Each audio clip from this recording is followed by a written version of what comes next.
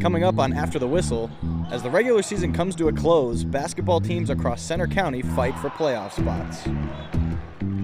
Plus, a District 6 team wrestling for a state championship. And Penn State men's basketball's nail-biting finish against a West Coast foe. Hello and welcome to After the Whistle. Our crews traveled all over District 6 to bring you the latest on high school basketball, wrestling, bocce, and more. Live from University Park, I'm Jake Radovich. And I'm Evan Pochus. We'll take a look at the latest in Penn State sports and more coming up.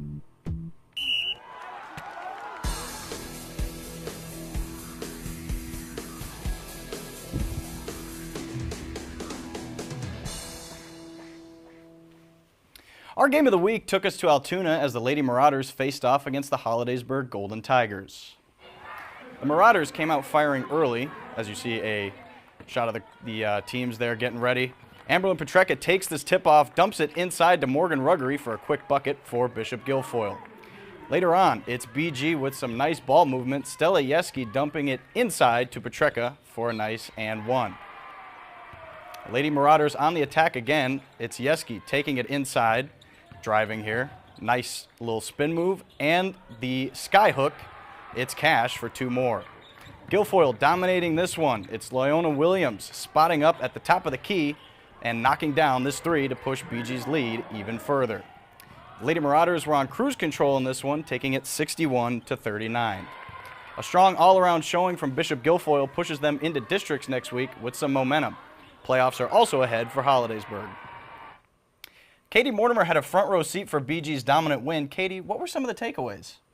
Well, Evan, the Lady Marauders wasted no time showing that once again they're going to be a force to be reckoned with in the postseason. With the regular season winding down, the Bishop Guilfoyle Lady Marauders were back on the floor tipping off against a familiar face, the Hollidaysburg Golden Tigers. The Lady Marauders made the matchup look easy, showing off a strong and dominant performance on both sides of the ball.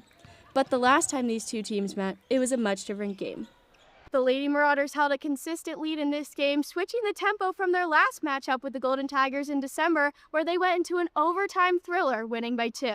It was the beginning of the year. I think there were some nerves and jitters for both teams going into that, and then we always expect anytime we play them, it's going to be a good game. Fast forward a few months, and Bishop Guilfoyle wasted no time showing everyone why they are defending two-time state champs. I think just keeping the same intensity and coming hard at teams, always throwing the first punch, that's what our coaches like to say. Morgan Ruggery and Amberlyn Petreka led the way, teaming up for a combined 24 points and setting the tone defensively. I think for us just coming out with like a strong defensive game, I think we did a really good job at kind of like getting up on them, playing hard D, and kind of making them like double think with them. For the Lady Marauders, this season hasn't come without growing pains though. BG took a couple tough losses against non-conference opponents, Oakland Catholic and Greensburg Central Catholic. Losses CAC says served as building blocks for the team. I mean, it was a heartbreaker for us on Saturday, but it was a really good team. So I think we took some things away from them that we learned, maybe about ourselves that we needed to work on, and I thought we applied it tonight. So I think that game really prepared us for this environment. As the regular season comes to an end, the Lady Marauders prepared to wrap up strong. My philosophy is like every game, if you just take care of it at practice, it'll take care of itself. So we're just trying not to look ahead. The Lady Marauders wrapped up their regular season yesterday with a win against Huntington. They will now await a playoff opponent. Back to you guys at the desk. Thanks, Katie. The Central Dragons took the trip to Phillipsburg, Osceola Monday night. PL hosted a fundraiser and wore pink shirts for Mrs. Markle, a teacher fighting cancer, before their face-off against the Central Dragons. Now into the first, Central Maddie Benton blows past defenders and takes the scoop lay for 2. Clearing a lane for herself. And now Addie Imes, fighting for the offensive board, kicks it to Addison Poet, who drills the corner to make it 13-0 Central early. With some nice passing, PO gets it down low to Emma Wagner, who puts Phillipsburg Osceola on the board in the second. Looked like a game of hot potato. PL would put up strong efforts, but Central's defense would be stifling as they take it the other way, and Addie Imes would kick it to Cami Petrella, and she knocks down the 3 at the top of the key. There it goes right there. Propelled by their defense, Central would defeat Phillipsburg Osceola 48-15. Central moves to 9-13, while Phillipsburg Osceola fell to 6-15 before losing again Tuesday night, 29-24 at Glendale. Both Hollidaysburg and Bishop Guilfoyle are getting ready for playoffs, but these powerhouses faced off on Monday night. Marauders and Golden Tigers are both 17-3 coming into this game, a little bit of a heavyweight fight. Starting us off, Torian Consiglio finds Troy Ruggery inside, who draws the and one early on for the Marauders. Now it's Ruggery passing the ball from corner to corner as he takes it down the baseline. Now it's to the corner. Now it's back out to Connor Okanak, who cashes this triple for the Marauders. Second quarter, Consiglio and Jake Kissel play the two-man game, and you're about to see a man take flight. Consiglio slams that one home. The Marauders would take a 31-17 lead at half. Now late in the third, Ruggery going up for the layup, but some nice defense getting denied by J.J. Stoltz. It's Stoltz once again taking this pass from Tyson Delirme and cashing in that jumper. And once again, Ruggery with a steal and an easy layup. A good night for that young man. The Marauders come out on top with a 62-41 win. Troy Ruggery led the game in scoring with 21 points as BG moves to 18-3. Hollidaysburg would fall to 17-4. On Monday, the Bellefonte Red Raiders hosted the Bald Eagle Area Eagles in a back-and-forth conference matchup.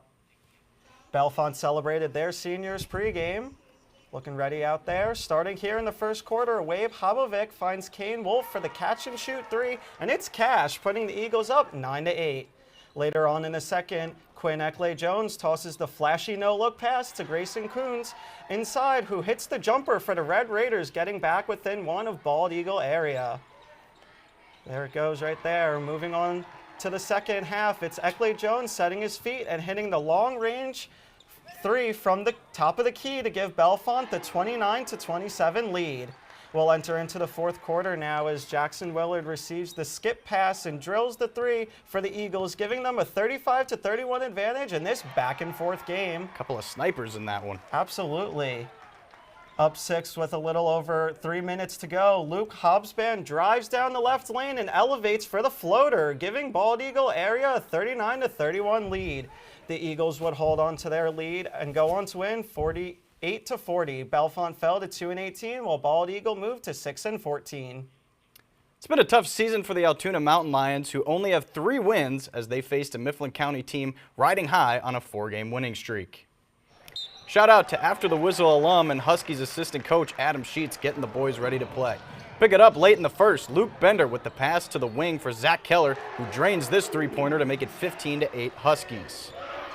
Under 5 in the second, Chris Wagner grabs this rebound in traffic and hits the mid-range turnaround jumper to get within 12 for Altoona. Just before half, it's a give and go. Bender to Jack Curry to the top of the key, makes it 28-14 with this three-pointer. He would finish with 16 points. A little bit of knockout at halftime, a fun little game. Oh no, not for that guy, just lost the ball. That's not good. His friend goes back to the free throw line, cashes that one, and that young man is a knockout champion. Got it back there. Halfway through the third, Lucas Hartung heaves a half-court pass to Bender, and that three-pointer is down in your eye hole. The Huskies never trailed and won it 62-40 for a 5th straight win.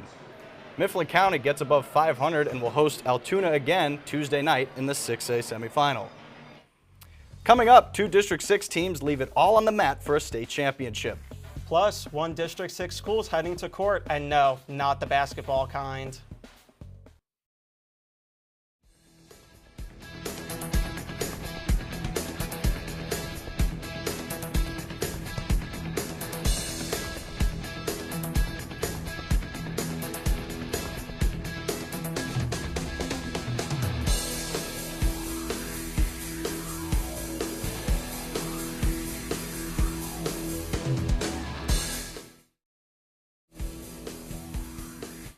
Bishop McCourt Catholic Academy has filed a federal civil rights lawsuit against the 19 public schools of the Laurel Highlands Athletic Conference, alleging a conspiracy against the faith-based schools by the public ones. According to WTAJ, McCourt alleged that the public schools conspired together to remove Bishop McCourt, Bishop Carroll, and Bishop Guilfoyle from the LHAC, changing the conference's constitution, ignoring policy, all in attempts to push out the Catholic schools.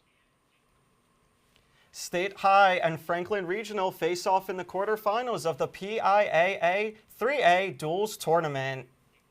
State High head coach Jason Nickel gets ready for the quarterfinals.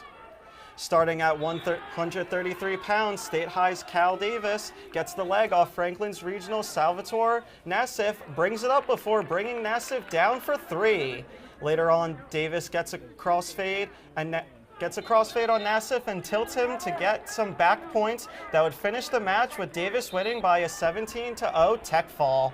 Now to 152 pounds, the Panthers' Michael Ruane spin around Nico Diaz for a quick takedown. Later on, Ruane twists Diaz and gets him up onto his shoulders to claim the pin. Nice. There it is right there. Over to 160 pounds, the Little Lions' James Whitbeard power through Jordan Perkins for the takedown. Looking like a wheelbarrow. Absolutely. Later in the match, Perkins tries the side by. Whitbeard takes the reshot and powers him over, earning the tech fall and victory 22-6. Franklin Regional would stage a comeback, defeating State High 37-23.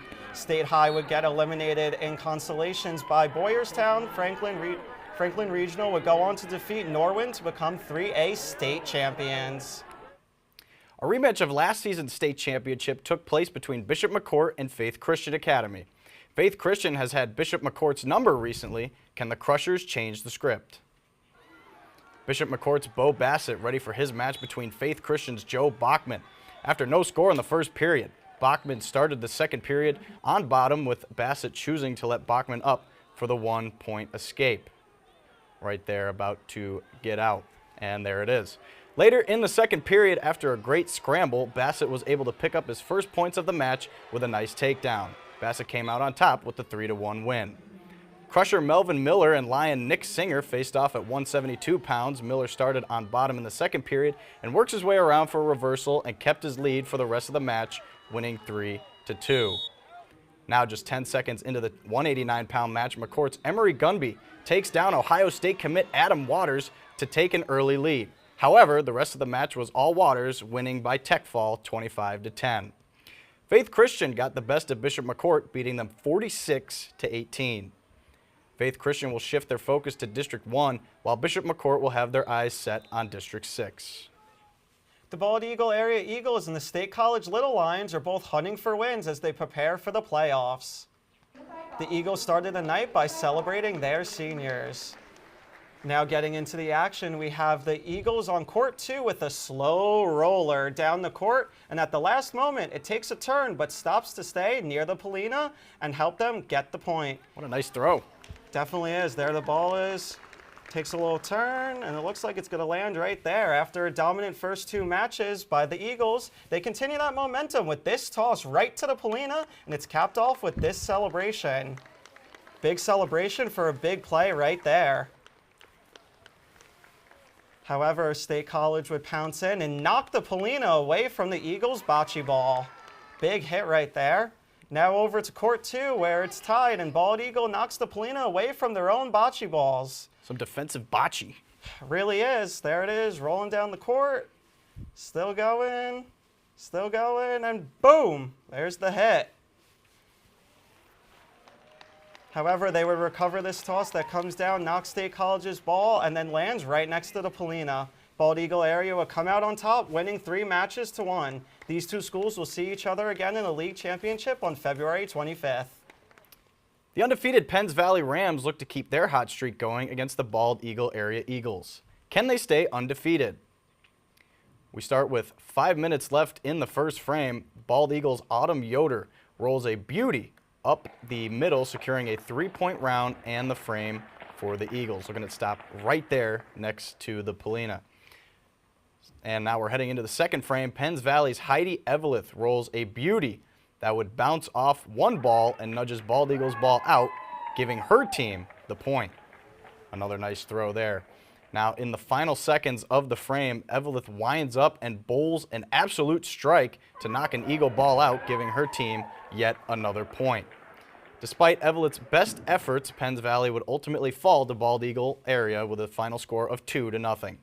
Bald Eagle will face off against Phillipsburg Osceola next match, while Penns Valley met Bellefonte tonight. Greater Johnstown traveled to PIAA Ice Arena to take on State College for their senior night last Thursday. Seniors out there on the ice with little celebrations.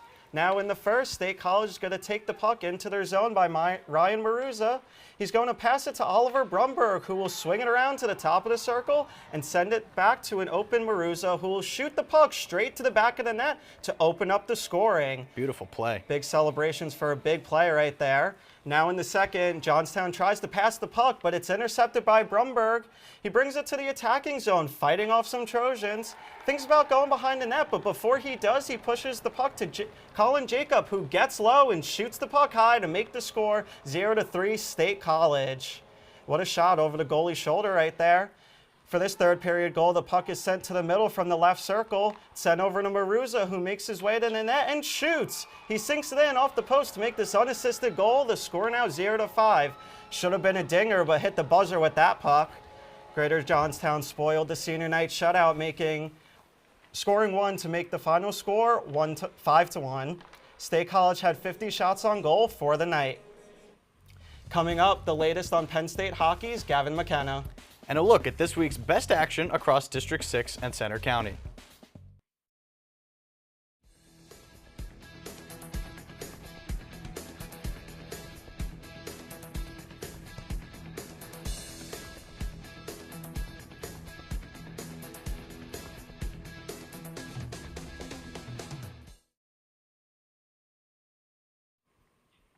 We have new updates involving the ongoing criminal case against Gavin McKenna stemming from an alleged altercation January 31st. McKenna's preliminary hearing, originally scheduled for February 11th, has been pushed to March 11th. McKenna was originally charged with 4 counts, including a felony aggravated assault, which was later dropped. Penn State men's hockey coach Guy Godowski said that McKenna will continue to participate in all team activities moving forward. The Trojans of Southern California made the cross-country trip to face off against Penn State men's basketball. It was Penn State's annual Fawn game at the Bryce Jordan Center on Sunday. Take a look at the kicks worn by head coach Mike Rhodes.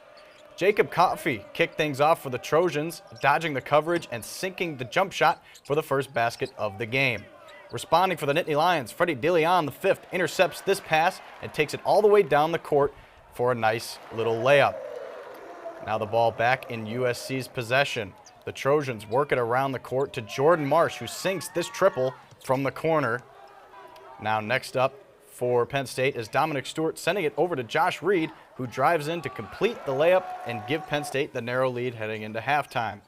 Exchanging the lead throughout the second half, Stewart cuts through the paint for the layup to keep the game close. With a tied game and 7 seconds remaining, Elijah Arenas works through the paint on Freddie DeLeon, spins, and gets the basket to go for USC. The Trojans held on to close out the 77-75 win. Penn State fell to 1-12 in the Big Ten, but they picked up their second win last night, 63-60 at Washington.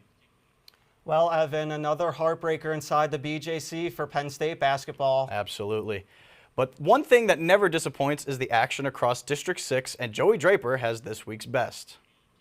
Thanks, guys. We saw some exciting plays across multiple sports this week. Let's take a look at what made our top 3. Kicking us off, we take a trip inside PIAA Ice Arena, where Tiberius Brooks starts in his own end and skates his way through the Greater Johnstown defense before shooting and scoring. The Little Lions would go on to win that game 5-1, an excellent move and finish from a defenseman. And taking us into number 2, we're into the hardwood, where Bishop Guilfoyle's Jake Kissel and teammate Torian Consiglio work together to move the ball before Kissel dishes it through 2 defenders, and Consiglio finishes with the jam. Topping our plays this week, unfortunately, was a Happy Valley heartbreak as USC's Elijah Arenas gets the inbound from Cam Woods and then takes over, puts every move on Freddie DeLeon before finding a way to finish off the window. Let's watch that in slow motion. An excellent finish. Heartbreaking loss for the Nittany Lions. And from the ice to the hardwood, those were our top 3 plays of the week. Back to you guys at the desk. That's all for this week's show. Tune in next week for more coverage on District 6 and Penn State sports. I'm Jake Radovich. I'm Evan Pochus. For more updates on our show and coverage, follow our socials at ATWPSU. We'll see you next week right here on After the Whistle.